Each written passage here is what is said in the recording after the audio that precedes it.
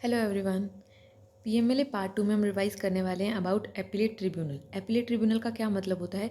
अगर हम adjudicating authority के ऑर्डर से सेटिस्फाई नहीं होते हैं तो हम अपील करते हैं एपीलेट ट्रिब्यूनल को। अगर हम एपीलेट ट्रिब्यूनल के ऑर्डर से भी सेटिस्फाई नहीं होते तो हम अपील करते हैं टू द हाई कोर्ट। जो एपीलेट ट्रिब्यूनल को अपील करनी होती है वो हमें 45 डेज़ के अंदर करनी होती है, और अगर हम हाई कोर्ट के अंदर अपील करना चाहते हैं तो हमें 60 डेज़ के अंदर अंदर अपील करनी होती है। तो फर्स्ट ऑफ ऑल कुछ अथॉरिटीज़ के बारे में इन्होंने डिटेल दे रखी है। एक होता है सबसे सबसे बड़ा होता है हमारा एनफोर्समेंट डायरेक्टर या फिर एडिशनल डायरेक्टर या फिर जॉइंट डायरेक्टर। उसके नीचे आता है डिप्टी डायरेक्टर, फिर असिस्टेंट डायरेक्टर, और उसके बाद आते हैं अदर क्लास ऑफ ऑफिसर्स। जो अपीलेट ट्रिब्यूनल को अपील करनी होती है उसका क्या प्रोसीजर रहता है? सबसे पहले है कि अपील कर कौन सकता है? कोई भी डायरेक्टर या फिर कोई ऐसा पर्सन जो एडजुडिकेटिंग अथॉरिटी के ऑर्डर से सेटिस्फाई नहीं है, या फिर अगर कोई रिपोर्टिंग एंटिटी डायरेक्टर के ऑर्डर से सेटिस्फाई नहीं होती तो वो भी अपील कर सकते हैं टू द अपीलेट ट्रिब्यूनल। जो हमें अपील करनी होती है वो 45 डेज़ के अंदर अंदर करनी होती है। जैसे ही हमारे को एडजुडिकेटिंग अथॉरिटी का ऑर्डर मिला, उस ऑर्डर मिलने के बाद 45 डेज़ के अंदर अंदर हमको अपील करनी होती है। अगर हम 45 डेज़ के अंदर अपील नहीं कर सकते और कुछ सफिशिएंट रीजंस होंगे तो उस केस में हमारी अपील को 45 डेज़ के बाद भी सुना जाएगा। उसकी मतलब हमें अलाउ किया जाएगा कि हम 45 डेज़ के बाद भी अपील कर सकते हैं।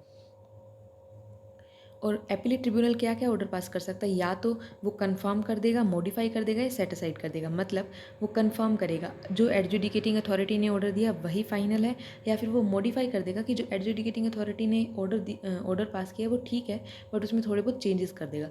या फिर वो सेट असाइड कर देगा कि जो एडजुडिकेटिंग अथॉरिटी ने ऑर्डर दिया वो बिल्कुल गलत है, मैं एक नया ऑर्डर पास कर रहा हूँ। तो कंफर्म, मॉडिफाई या फिर सेट असाइड कर सकता है।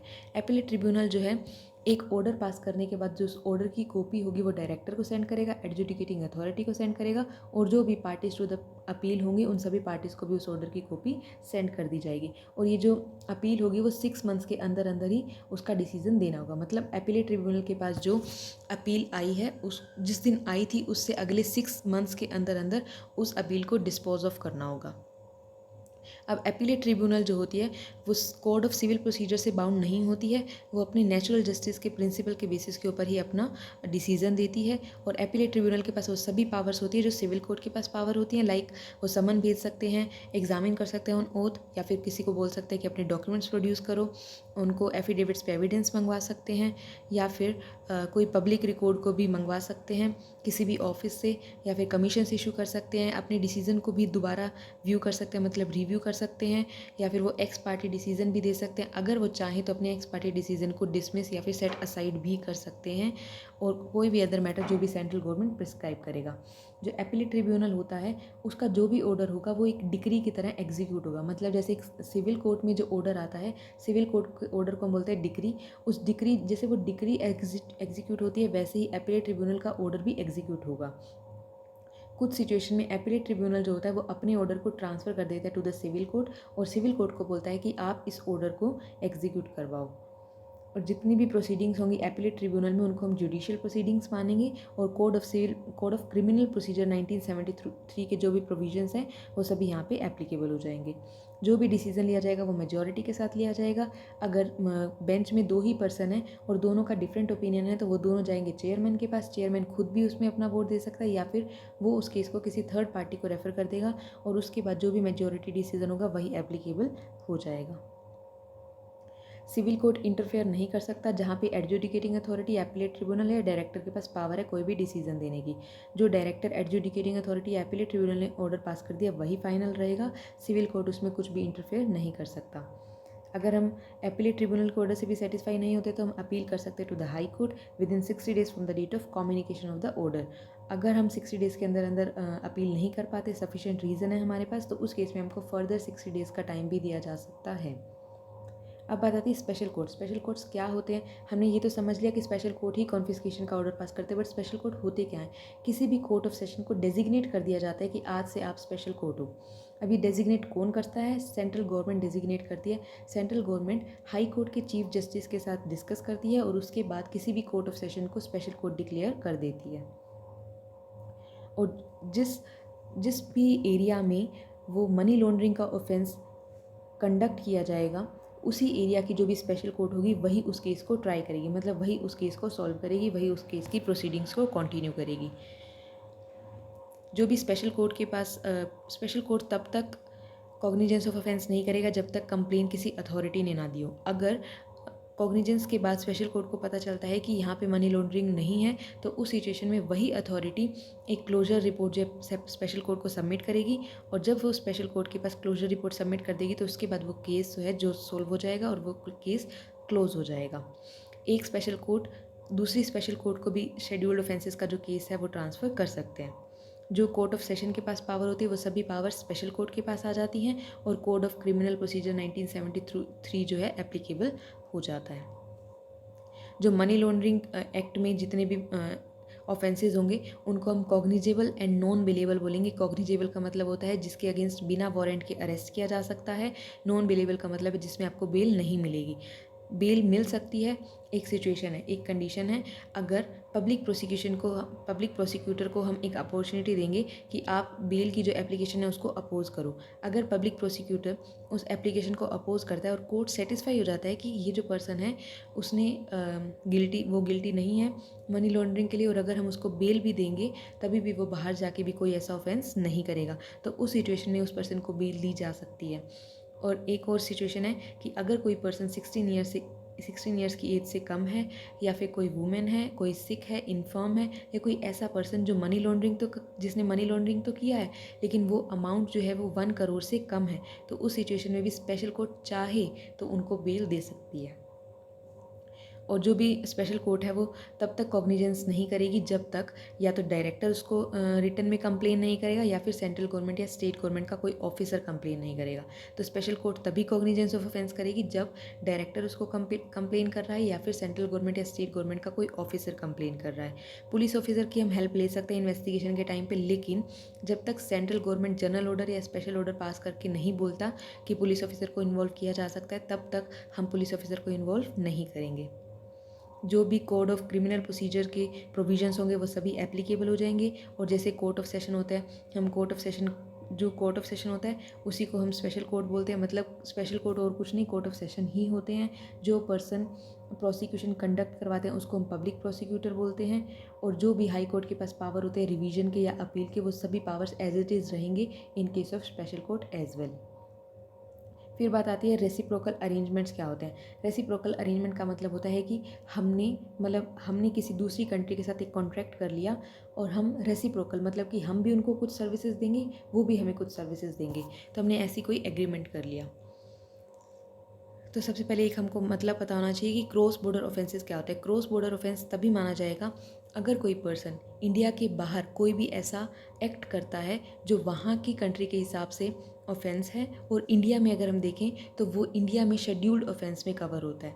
तो उस सिचुएशन में अगर उस पर्सन ने कंडक्ट तो बाहर किया, बट उसका जो पैसा है, जो प्रोसीड्स ऑफ क्राइम है, वो इंडिया में लेके आ रहा है, तो हम उसको क्रॉस बॉर्डर ऑफेंस मानेंगे। दूसरा, अगर कोई पर्सन इंडिया में ही शेड्यूल्ड ऑफेंस कंडक्ट करता है और उसके बाद वो यहाँ से पैसा अर्न करके बाहर भेज देता है या भेजने की ट्राई भी करता है, तो उसे हम बोल देते हैं क्रॉस बॉर्डर ऑफेंसेस। फिर एक होता है कॉन्ट्रैक्टिंग स्टेट। कॉन्ट्रैक्टिंग स्टेट का मतलब होता है दूसरी कंट्री जिसके साथ हम एक एग्रीमेंट करने वाले हैं। ट्रीटी मतलब एक काइंड ऑफ एग्रीमेंट। अब हम सेंट्रल गवर्नमेंट, जो हमारी कंट्री की सेंट्रल गवर्नमेंट है, वो दूसरी कंट्री की सेंट्रल गवर्नमेंट के साथ एक एग्रीमेंट करती है। उस एग्रीमेंट में क्या लिखते हैं कि हम इस एक्ट के जो प्रोविजंस हैं उनको एनफोर्स करवाएंगे और आपस में इंफॉर्मेशन शेयर करेंगे। कौन सी इंफॉर्मेशन? कि अगर हमारे इंडिया का ये जो PMLA एक्ट है, इस एक्ट में अगर कोई भी मनी लॉन्ड्रिंग करता है तो उसको प्रिवेंट करने के लिए हम इन्फॉर्मेशन शेयर करेंगे। इस एक्ट के रिगार्डिंग जो भी इन्वेस्टिगेशंस होते हैं उसके लिए इन्फॉर्मेशन एक्सचेंज करेंगे। या फिर अगर तुम्हारी कंट्री का कोई ऐसा एक्ट है जो मनी लॉन्ड्रिंग को प्रिवेंट करने के लिए बनाया गया है, तो उस एक्ट के जो ऑफेंसेस हैं उनको प्रिवेंट करने के लिए भी हम तुम्हारे साथ इन्फॉर्मेशन एक्सचेंज करेंगे। अब इसमें 2 सिचुएशन हो सकती हैं, या तो कॉन्ट्रैक्टिंग स्टेट हमें रिक्वेस्ट करेगा कि हम उनकी हेल्प करें, या फिर हम उनको रिक्वेस्ट करेंगे कि वो हमारी हेल्प करें। तो फर्स्ट सिचुएशन क्या है? Letter of request to contracting state. मतलब हम कॉन्ट्रैक्टिंग स्टेट को बोल रहे हैं, मतलब दूसरी कंट्री को रिक्वेस्ट भेज रहे हैं कि आप हमारी हेल्प करो। तो ये सिचुएशन कब आएगी? जब इंडिया में कोई मनी लॉन्ड्रिंग ऑफेंस हुआ है और वहाँ पे इन्वेस्टिगेशन चल रही थी, तो इन्वेस्टिगेशन ऑफिसर को, जो इन्वेस्टिगेटिंग ऑफिसर है या फिर कोई भी अदर ऑफिसर है, अगर उनको लगता है कि इस एक्ट से रिलेटेड जो एविडेंसेस है वो हमें फॉरेन कंट्री में मिलेंगे, तो वो स्पेशल कोर्ट के पास जाते हैं और स्पेशल कोर्ट को बता देते हैं कि इससे रिलेटेड एविडेंस हमारे फॉरेन कोर्ट में मिलने वाले हैं। अगर स्पेशल कोर्ट सेटिस्फाई हो जाता है तो स्पेशल कोर्ट जो है एक लेटर भेजता है वहाँ की कोर्ट को, मतलब कि दूसरी कंट्री की कोर्ट को या फिर किसी अथॉरिटी को जो कि कॉम्पिटेंट है, जो इसमें हमारी हेल्प कर सकती है, हम उनको एक लेटर ऑफ रिक्वेस्ट भेज देते हैं। सेम वे में दूसरी कंट्री जो मतलब कॉन्ट्रैक्टिंग स्टेट है, हम उसकी भी हेल्प करते हैं। कब? अगर दूसरी कंट्री की जो कोर्ट है वो हमारी सेंट्रल गवर्नमेंट को एक लेटर ऑफ रिक्वेस्ट भेजती है और रिक्वेस्ट करती है कि हम एक ऑफेंस से रिलेटेड इन्वेस्टिगेशन कंडक्ट करें इंडिया में, तो सेंट्रल गवर्नमेंट वही जो लेटर ऑफ रिक्वेस्ट आएगा वो स्पेशल कोर्ट को भेजेगा, क्योंकि सेंट्रल गवर्नमेंट थोड़ी इन्वेस्टिगेशन करवाएगा या कॉन्फिस्केट करेगा, ये सभी काम स्पेशल कोर्ट कर दिए। तो सेंट्रल गवर्नमेंट को जो लेटर ऑफ रिक्वेस्ट मिला वो letter of request central government किसको फॉरवर्ड कर देगी? स्पेशल कोर्ट को या फिर किसी अदर अथॉरिटी को जो ये काम कर सकती है। फिर है स्पेशल कोर्ट। अगर फॉरेन कंट्री के बिहाफ पे हम यहाँ पे इन्वेस्टिगेशन वगैरह कर रहे हैं और हमने कोई भी प्रॉपर्टी को कॉन्फिस्केट कर लिया, लेकिन फॉरेन कंट्री के जो कोर्ट हैं वो ये बोल रहे हैं कि वहाँ के लॉ के हिसाब से ये कोई मनी लॉन्ड्रिंग में इन्वॉल्व नहीं है, ये प्रूव हो चुका है, तो उस सिचुएशन में स्पेशल कोर्ट जो है वो यहाँ वाली प्रॉपर्टी जो कॉन्फिस्केट हुई थी उस प्रॉपर्टी को रिलीज़ कर देंगे। अगर इन्वेस्टिगेशन या मतलब कि कोई भी जो प्रोसीडिंग्स हैं वो चल रही हैं बट उसका कंक्लूजन अभी नहीं आया, मतलब फाइनल ऑर्डर पास नहीं हुआ और उससे पहले ही उस पर्सन की डेथ हो जाती है या फिर वो प्रोक्लेम्ड ऑफेंडर डिक्लेयर हो जाता है या किसी भी अदर रीज़न की वजह से हम उस प्रोसीडिंग्स को कंक्लूड नहीं कर पाते, तो उस सिचुएशन में डायरेक्टर जो है स्पेशल कोर्ट को एप्लीकेशन देगा और स्पेशल कोर्ट अपने अकॉर्डिंग जो भी एप्रोप्रिएट ऑर्डर होगा वो पास कर देगा, या तो उस प्रॉपर्टी को रिलीज़ कर दिया जाएगा या उस प्रॉपर्टी को कॉन्फिस्केट कर दिया जाएगा। स्पेशल कोर्ट के पास पावर है कि ऑफेंस से रिलेटेड वो किसी को भी समन भेज सकती है, या तो एक्यूज पर्सन मतलब जिसने गलती किया उसको समन भेजेगी, या थर्ड पार्टी को भी किसी और पर्सन को भी समन भेज सकती है। अगर उसको लगता है कि थर्ड पार्टी के पास हमको कोई इन्फॉर्मेशन मिल सकती है तो थर्ड पार्टी को भी समन भेजा जा सकता है, या फिर वो अरेस्ट वारंट भेज देगी एक्यूज पर्सन के लिए, या फिर सर्च वारंट भी इशू कर सकती है। अब जैसे हम अटैचमेंट का पढ़ते थे, provisional attachment, final attachment, same as यहाँ पे भी होगा। अगर हमारे को फॉरेन कंट्री से कोई लेटर ऑफ रिक्वेस्ट आया हुआ है, हम उनके बिहाफ पे यहाँ पे जो भी प्रोसीडिंग्स करें, अटैचमेंट, सीजर, कॉन्फिस्केशन करें, तो वही सेम पावर्स चलेंगी। जैसे डायरेक्टर जो है वो एक ऑर्डर पास कर सकता है प्रोविजनल अटैचमेंट का, फिर एडजुडिकेटिंग अथॉरिटी ऑर्डर पास कर सकती है फाइनल अटैचमेंट का, फिर स्पेशल कोर्ट जो है वो कॉन्फिस्केशन का ऑर्डर पास कर देंगे। तो ये सभी प्रोसीजर जो है सेम रहेंगे। फिर उसके बाद एडमिनिस्ट्रेटर अपॉइंट होगा और वही एडमिनिस्ट्रेटर जो है उस प्रॉपर्टी को मैनेज करेगा और डिस्पोज ऑफ कर सकता है अगर सेंट्रल गवर्नमेंट उसको अलाउ करे तो। अगर सेंट्रल गवर्नमेंट को वहाँ से लेटर ऑफ रिक्वेस्ट मिला कि हमने कोई प्रॉपर्टी को अटैच करवाना है, सीज़ करवाना है या फ्रीज़ कराना है, तो अटैचमेंट कौन करता है? सबसे पहले डायरेक्टर करता है। तो सेंट्रल गवर्नमेंट क्या करेगा? उस लेटर ऑफ रिक्वेस्ट को सेंड कर देगा डायरेक्टर को और आगे डायरेक्टर जो है अपनी प्रोसीजर को फॉलो करेगा। अगर कोई भी प्रॉपर्टी प्रूव हो जाता है कि मनी लॉन्ड्रिंग में इन्वॉल्व है, तो वो प्रॉपर्टी कॉन्फिस्केट हो जाएगी टू द सेंट्रल गवर्नमेंट, सारे राइट्स जो है सेंट्रल गवर्नमेंट के पास आ जाएंगे। और डायरेक्टर के पास पावर है कि वो उस प्रॉपर्टी को ट्रेस कर सकते हैं, उस प्रॉपर्टी को आइडेंटिफाई कर सकते हैं, इंक्वायरी, इन्वेस्टिगेशन, सर्वे भी किया जा सकता है, और जो भी अटैचमेंट, एडजुडिकेशन, कॉन्फिस्केशन से या फिर वेस्टिंग ऑफ प्रॉपर्टी से रिलेटेड जितने भी प्रोविजंस हैं इस एक्ट के, वो सभी provisions as it is applicable हो जाएंगे कॉन्ट्रैक्टिंग स्टेट के ऑफेंसेस के लिए भी। और जो भी कॉन्फिस्केटेड प्रॉपर्टी है, अगर वो चाहें तो उस प्रॉपर्टी को या तो हम ट्रांसफ़र कर देंगे फॉरेन कंट्री में, या फिर हम क्या करेंगे, उस प्रॉपर्टी को यहाँ पे सेल कर देंगे और जो पैसा हमको मिलेगा वो पैसा हम वहाँ पे ट्रांसफ़र कर देंगे। लेकिन जो हमने उनके बिहाफ पे यहाँ पे इन्वेस्टिगेशन, अटैचमेंट, कॉन्फिस्केशन वगैरह प्रोसेस की, उसमें भी तो हमारा खर्चा आया होगा, तो हम वो एक्सपेंसेस को डिडक्ट कर लेंगे और रिमेनिंग अमाउंट जो है हम फॉरेन कंट्री को ट्रांसफ़र कर देंगे। फिर बात आती है पेनल्टी और फ़ाइन की। अगर कोई भी पर्सन वैक्सीशियस सर्च करवाता है, मतलब कि उसके पास कोई रीज़न नहीं था, उसको कोई प्रूफ नहीं था कि हाँ आप यहाँ पे मनी लॉन्ड्रिंग हुई है या फिर ये प्रॉपर्टी प्रोसीड्स ऑफ क्राइम से रिलेटेड है, लेकिन फिर भी उसने जानबूझ के सर्च करवाई है या फिर किसी भी पर्सन को अरेस्ट किया या डिटेन किया, तो उस सिचुएशन में जिस पर्सन ने ये झूठी कंप्लेन की थी उस पर्सन के ऊपर पेनल्टी लग सकती है, उसको जेल हो सकती है 2 ईयर्स तक की, और उसको फ़ाइन भी लग सकता है 50,000 रुपीज़ का, या दोनों सिचुएशन भी हो सकती है, फ़ाइन प्लस जेल दोनों।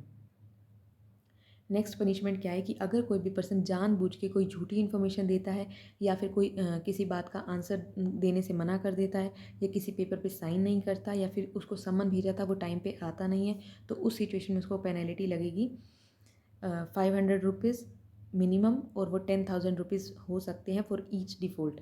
लेकिन अगर कोई फ़ॉल्स इन्फॉर्मेशन या फिर विलिंगली मैलिशियसली फ़ॉल्स इन्फॉर्मेशन दे रहा है, तो उस सिचुएशन में जो उसकी पेनल्टी होगी वो 2 ईयर्स तक की जेल हो सकती है, और फ़ाइन लग सकता है उसको ₹50,000 तक का, या दोनों भी हो सकता है। और पेनल्टी का ऑर्डर पास करने से पहले सामने वाली पार्टी को अपॉर्चुनिटी दी जाएगी, उसको भी अपनी बात रखने का मौका दिया जाएगा। और अगर कोई भी पर्सन जानबूझ के डिसओबे करता है, डायरेक्शंस को फॉलो नहीं करता, तो उस केस में उसको इंडियन पीनल कोड के सेक्शन 174 के अकॉर्डिंग उसको पनिशमेंट लगाई जाएगी। और जो फ़ॉरेन, मतलब कि जो फ़ॉरेन कंट्री के बिहाफ़ पे जो भी हम अटैचमेंट, कॉन्फिस्केशन, ये सब प्रोसीजर्स परफॉर्म कर रहे थे, उसके लिए स्पेशल कोर्ट तभी कॉग्निजेंस परफॉर्म करेगा जब सेंट्रल गवर्नमेंट उसके लिए सैंक्शन दे देगा। अगर सेंट्रल गवर्नमेंट चाहे तो सैंक्शन भी दे सकता है, या फिर रिफ्यूज़ भी कर सकता है, मतलब सैंक्शन देने से मना भी कर सकता है। लेकिन चाहे रिफ्यूज़ करे, चाहे फिर वो अलाउ करे, वो उसको 90 डेज़ के अंदर अंदर देना होगा। जो भी कोड ऑफ क्रिमिनल प्रोसीजर्स 1973 के प्रोसीजर्स हैं, वही सब प्रोसीजर यहाँ पे फॉलो हो जाएंगे। अरेस्ट करते time, search, seizure, attachment, confiscation के टाइम पे वो सभी प्रोसीजर्स जो हैं कोड ऑफ क्रिमिनल प्रोसीजर के, वो सभी प्रोविज़न एप्लीकेबल होंगे। डिस्क्लोजर ऑफ इन्फॉर्मेशन में क्या है कि अगर इनकम टैक्स ऑफिसर है, इनकम टैक्स अथॉरिटीज़ जो हैं वो कहीं पे भी, मतलब कि सर्च या फिर सर्वे वगैरह चल रहा है, तो उस सिचुएशन में अगर उनको कोई भी इन्फॉर्मेशन मिलती है और उनको लगता है कि ये इन्फॉर्मेशन मनी लॉन्ड्रिंग से रिलेटेड है, तो उनकी ड्यूटी बनती है कि वो एनफोर्समेंट डायरेक्टर को वो इन्फॉर्मेशन प्रोवाइड करें। और इन केस अगर एनफोर्समेंट डायरेक्टर जब मनी लॉन्ड्रिंग से रिलेटेड केस को सॉल्व कर रहा था, उसे कोई ऐसी इन्फॉर्मेशन मिलती है जो उसे लगता है कि ये इनकम टैक्स ऑफिसर के लिए रेलिवेंट हो सकती है, तो एनफोर्समेंट डायरेक्टर की ड्यूटी बनती है कि वो इन्फॉर्मेशन इनकम टैक्स ऑफिसर को भी ट्रांसफ़र कर दे। जो भी सिविल कोर्ट्स हैं वो जो भी ऑर्डर सेंट्रल गवर्नमेंट ने, या फिर मतलब सेंट्रल गवर्नमेंट के अगेंस्ट कोई भी ऑर्डर पास नहीं किया जा सकता, और कोई भी ऑर्डर को मॉडिफाई या सेट असाइड भी नहीं किया जा सकता। जो स्पेशल कोर्ट ने प्रोसीडिंग्स वगैरह परफॉर्म किए, उनके अगेंस्ट सिविल कोर्ट कोई भी सेट असाइड या मॉडिफिकेशन का ऑर्डर पास नहीं कर सकता। जो भी नोटिस, सम्मन या डॉक्यूमेंट्स वगैरह सेंड किए जाते हैं, हम उनको इनवैलिड नहीं बोल सकते। अगर उसमें थोड़ा बहुत कुछ डिफेक्ट हो जाए या कुछ भी मिस्टेक हो जाती है, तो हम ये नहीं मानेंगे कि वो सम्मन इनवैलिड है, उस सम्मन को इनवैलिड नहीं माना जाएगा। अगर कोई भी फ़ाइन या पेनल्टी होती है, अगर कोई person with in the prescribe time उस फ़ाइन को नहीं पे करता, तो उस सिचुएशन में हम उस फ़ाइन को कैसे रिकवर करेंगे। जैसे इनकम टैक्स एक्ट 1961 में जैसे हम टैक्सेस को रिकवर करते हैं, जो भी अरियर ऑफ टैक्सेस होते हैं वो रिकवर करते हैं, उसी अकॉर्डिंग हम यहाँ पे फ़ाइन और पेनल्टी को भी रिकवर करेंगे। अगर ऑफेंस किसी कंपनी ने किया है, तो जो भी पर्सन इंचार्ज होगा वो लाइबल होगा ऑफेंसेस के लिए। लेकिन अगर वो ये प्रूव कर दे कि उसके साथ साथ यहाँ पे कंपनी सेक्रेटरी, मैनेजर, डायरेक्टर या फिर कोई भी ऑफिसर ऑफ द कंपनी भी इन्वॉल्व थे, तो उस सिचुएशन में वो मैनेजर, डायरेक्टर, ऑफिसर वो सभी भी लाइबल हो जाएंगे पनिशमेंट के लिए। इस एक्ट के जो भी प्रोविज़न होंगे वो ओवरराइड करेंगे। दूसरे एक्ट में कुछ भी लिखा हो, जो इस एक्ट में लिखा है वही प्रिवेल करेगा। अगर किसी पर्सन की डेथ हो जाती है या फिर कोई भी इंसॉल्वेंट हो जाता है, तो उसके बिहाफ पे या तो लीगल रिप्रेजेंटेटिव या फिर जो भी उनका ऑफिशियल असाइनी होगा, वो इन केस को कंटिन्यू करवाएगा, वो इन प्रोसीडिंग्स को कंटिन्यू करवाएगा। तो यहीं पे हमारा PMLA act done. Thank you.